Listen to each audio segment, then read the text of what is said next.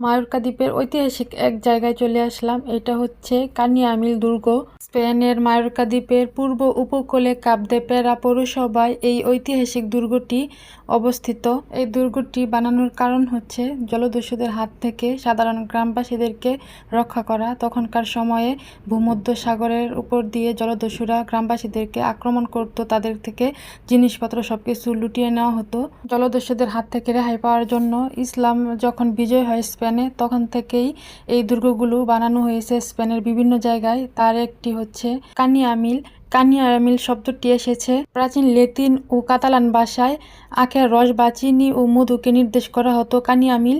যখন থেকে জলদস্যুদের পুরোপুরি আক্রমণ করা বন্ধ হয়ে যায়, তখনই এই জায়গাগুলো কৃষি খামারে রূপান্তর করা হয়। এখানে প্রচুর পরিমাণ আখ চাষ করা হয়, সেখান থেকে এই জায়গার নাম কানিয়ামিল করা হয়েছে, যেহেতু লেতিন ও কাতালান ভাষার শব্দ থেকে এই কানিয়ামিল এসেছে।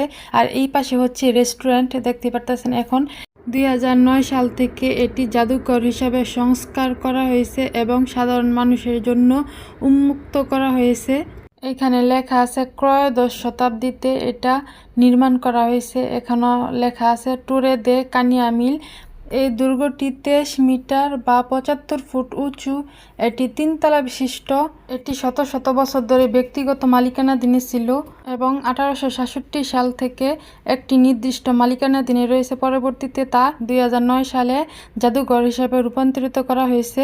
এই পুরনো নিদর্শনাগুলো দেখতে আমার খুবই ভালো লাগে। আমি হাত দিয়ে ওয়ালের মধ্যে দেখতেছিলাম যে কত শত বছর আগে এই দুর্গটি, তবে কত সুন্দর মজবুত রয়েছে। আর আমাদের মুসলিমদের এইখানে হাতের ছোঁয়া, শরীরের ঘামও রয়েছে।